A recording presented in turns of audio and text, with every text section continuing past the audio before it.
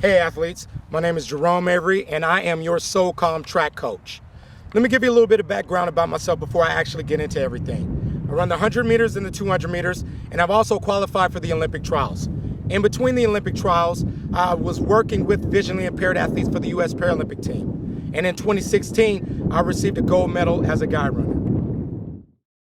All right, let's get into specific training this time around. As a distance runner, you don't need blocks. You're pretty much leaning over your body and you're holding that position while you run into it. So once they say runners to your mark, a distance runner would normally run up to the line as a 1500 meter runner, run up to the line and the gun goes off. Just like this. So this is what we're gonna do. Runners to your mark, run up to the line, and then the gun goes off.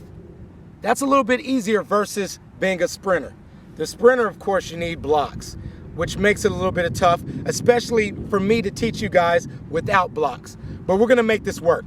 So what we're gonna do is draw a little line, just like if you were at the beginning of a race.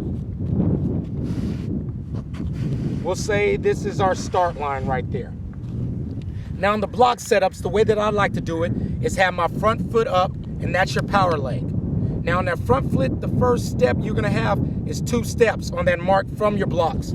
So what you're gonna do, so say if this is the middle lane right here, you're gonna go 2 steps, 1, 2. The heel behind the line, take 2 steps, mark your line. That's gonna be where your front foot is. Your next step, you're gonna go 3 steps. Remember, you can line up behind the line again, right there, heel, 1, 2, 3. So that 3rd step, that's where your back foot is gonna be. So let's make a line right there. So this is our imaginary blocks. Set up yourself in the blocks. Remember, you want to come up, have your toe slightly off the block, put your toe on that ground. Line up, fingers behind the blocks, behind the line, of course. And you want to fall into it. Making sure everything is straight, just like this in this position. Another important cue is to lean over the line. You don't want to sit back, because if you sit back, you're coming up, the first thing you're gonna do is pop straight up. That's why we don't wanna sit back. So let's get back in those blocks. Down here, set up. Remember, your back foot is back there, your front foot is over there. Leaning over the line. So now on this one, you're gonna shoot out. If you're leaning over your body, remember, the first place you're gonna go is out. Leaning over on the set position, boom, take off. Remember, when you're in those blocks, you want to explode out. Me as an athlete, I want to explode out for about like 10 to 15 meters in that drive phase. If you go back to the previous videos that I had posted, I have me doing heel workouts and I have me actually applying force into the ground on some of the drills in another video.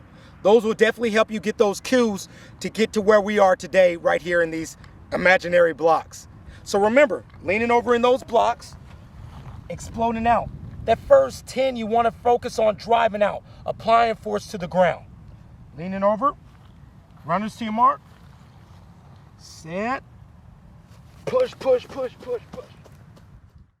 Of course, that's for the 100 meter. It's easy to set up in the middle of it's easy to set your blocks up in the middle of the lane. The 200 it's a little bit different.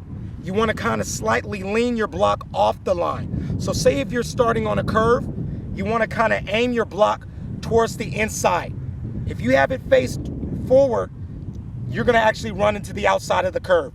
Remember, you want to aim it towards the outside, similar to the setup with your hands, but you're running towards the inside of the line. So pretend we are in the blocks again, but we're on a curve. Mind you, this is straight. I'm going to actually turn my body a little bit this way because we're coming off of a curve. Let me make an imaginary curve for you.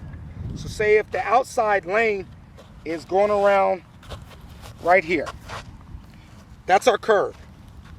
As you can see, if I'm straight ahead, I'm gonna go outside the lane. So now, from the line, I wanna lean back a little bit, set my blocks at an angle, over my body once again, set, boom, right there on the inside, but still stay in the lane. Remember, we don't wanna go outside that lane or we're gonna get disqualified. One of the fun events of the day is always a relay. The relay, the way I like to usually pick a team, of course, is your fastest 4 guys. The 4 guys, I usually have them set up in their respective, whether or not their first leg, second leg, third leg, or fourth leg, due to how fast they are. Me, if you have a fast guy that's normally quicker out the starting blocks, he's usually your first leg. Your fastest guy, it either differs. It could be your second leg or it could be your fourth leg. It all depends on how the other teams are set up, or you want to be a little bit strategic. So on your first leg, of course, like I said, it's your fastest guy out the starting block. Second guy, it depends. It could be your fastest guy or your second fastest guy. He's usually running the longer leg. The guy that runs the third leg is usually the guy that's good, that's running in tight, short curves and able to hand that stick off on the curve. This is our stick for the day, by the way. And of course, your fourth leg is the guy that brings it in. They normally give us a distance between 20 meters in order to hand that baton off before the exchange zone. Once again, it's hard to kind of explain this to you guys a little bit because I don't have the lines to set up. So hopefully we'll get a video out to you, or if we don't have that video out to you, you can always YouTube to get better footages on where the exchange zone is in a race. And also, you'll be able to see what a true baton is versus a water bottle. So if you're at home, you got a water bottle, you got a remote, it doesn't matter. As long as you can grab a stick off the tree. As long as it's short and it's about this length or maybe even a little bit shorter. Grab your family member to help you out if you need some help doing relay baton handoffs. What I like to do for a nice, easy relay handoff, just to get that feel of the stick, extending the stick and you actually reaching your hand back, it's just standing in place. Having someone stand behind you, it's just me today, so what I'm gonna do is play both parts of it. So say if I was handing the stick off to somebody, I'm right here, just in a running motion. You have someone on the opposite side of you, you have someone on the opposite side of them. So let me bring it back to you. On the way that it works, the first person on the inside lane, he's running on the inside tight curve. He's handing off to the person on the outside lane, which basically means he gets the baton in his left lane. The second person has the baton off to the third person, which is now on the inside, so the third person has his right hand back. That third person then hands the baton off to someone in the outside lane. So it goes in and out pretty much. So you'll be consistent and you'll run alongside of the person while you're running. Remember, body's up tall, just in this position right here, and you're handing off just like this.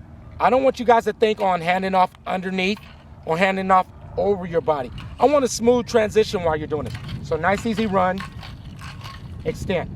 So once you say stick, you extend it out just like this. That person that you're handing the baton off to, remember, they're extending their hand off just like this, steady. You want to keep that hand out in that position right there so you'll be able to place it there in that right position. One of the important keys, of course, to sprinting and while you're at the competition is your wear. Your track spikes. Your track spikes differ. You have distance running track spikes, you have long jump track spikes, and you have sprint track spikes. So on those track spikes, those are actually important for you. You can always easily tell a sprint track spike because there's no back heel at all. And it's a real thin, light track spike. Now your middle distance track spikes and your distance track spikes have heels.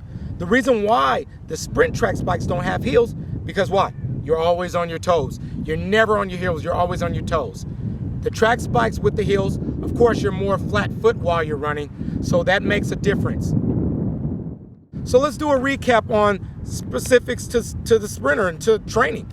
Remember, you want to focus on those block starts. Make sure it's important to set up your blocks and get comfortable with it. It's going to actually be a little bit bunched, but get used to exploding out, pushing out, staying in that drive phase, using your arms, gradually coming up. Remember, to that first 10 meters, you want to be in that drive phase, exploding out, using your arms.